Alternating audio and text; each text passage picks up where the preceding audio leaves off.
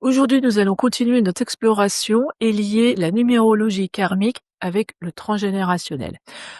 On a déjà parlé que l'âme est immortelle et que nous faisons un certain nombre d'incarnations dans la chair pour vivre des émotions, pour comprendre des choses, pour que, au final, notre âme évolue vers l'amour inconditionnel. Mais entre l'évolution de l'âme, vers l'amour inconditionnel justement, et puis les différentes incarnations que nous faisons pour pouvoir comprendre et arriver à cet état d'amour inconditionnel, il y a, une autre strate, un autre niveau que l'on appelle l'étape karmique. Alors il y a 9 étapes karmiques et à l'intérieur de chacune de ces étapes karmiques, l'âme va s'incarner un certain nombre de fois pour vivre des expériences. Alors elle va s'incarner dans un chemin de vie humain 1, chemin de vie 2, chemin de vie 3 jusqu'à 9. Il peut y avoir des redoublements, il peut y avoir des maîtres nombres, tout ça on expliquera un petit peu plus tard. Là vraiment ce que je voulais vous expliquer aujourd'hui, c'est qu'à l'intérieur d'une même étape karmique, nous pouvons, à l'aide des dates de naissance et de quelques calculs, arriver à comprendre, à faire le point justement de cette étape karmique. Qu'est-ce que nous avons déjà travaillé comme énergie et qu'est-ce qu'il nous reste encore à travailler comme énergie pour qu'on arrive à évoluer et à grandir. On a déjà parlé à plusieurs reprises de la notion de projet-sens, qui est très importante en transgénérationnel. On va repartir de cette base-là et nous allons recalculer, certaines dates pour arriver à comprendre quelle est notre étape karmique et faire une synthèse de celle dans laquelle nous sommes en train de vivre. À travers, cette analyse de l'étape karmique, nous allons, regarder les capacités innées de notre âme, celles qu'elle a acquises depuis les diverses, incarnations.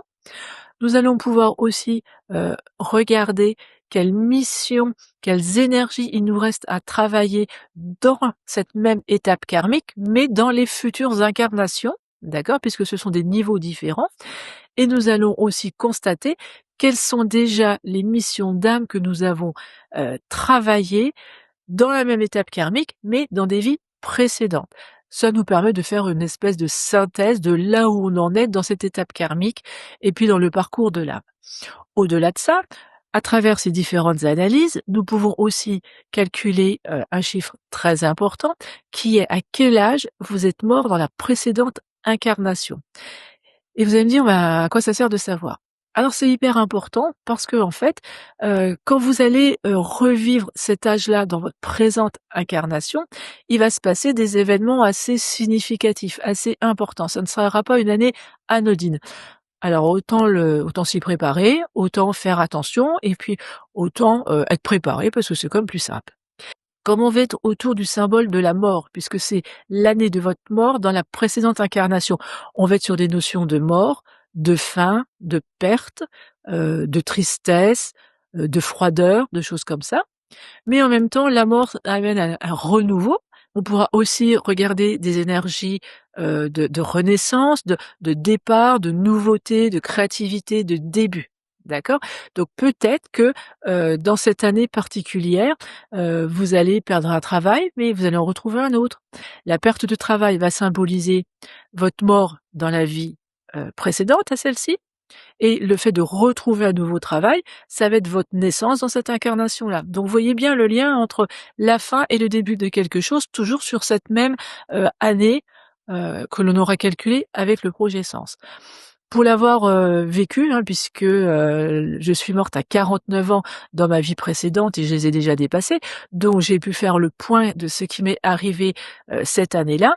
Il se trouve que ça a été une année extrêmement importante dans ma vie.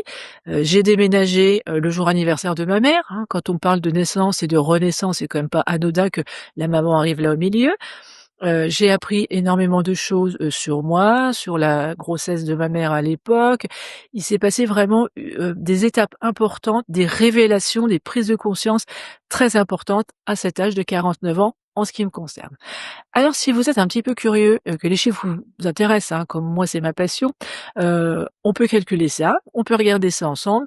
Vous avez, tout sur les réseaux pour me contacter d'une manière ou d'une autre.